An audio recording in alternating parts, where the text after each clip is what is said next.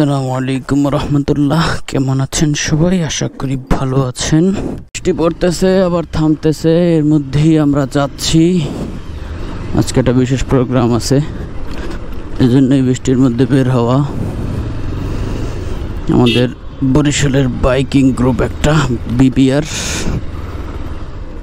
ওনারা আজকে স্টিকার দিবে, এজন্যই মূলত যাওয়া।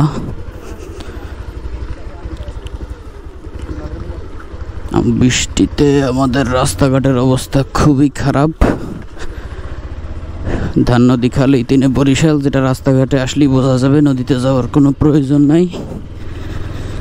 যদিও গোপ্রোটা হচ্ছে ওয়াটারপ্রুফ, তারপরও আমাদের মতো ছোট মানুষের এত বড় কলিজা নাই সাধারণত ওয়াটারপ্রুফ কেস ছাড়া গোপ্রো ব্যবহার করা।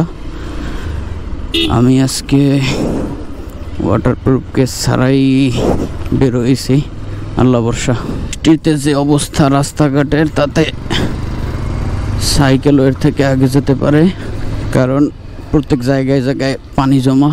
জোরে চালালে নিজের গায়েও ছিটবে।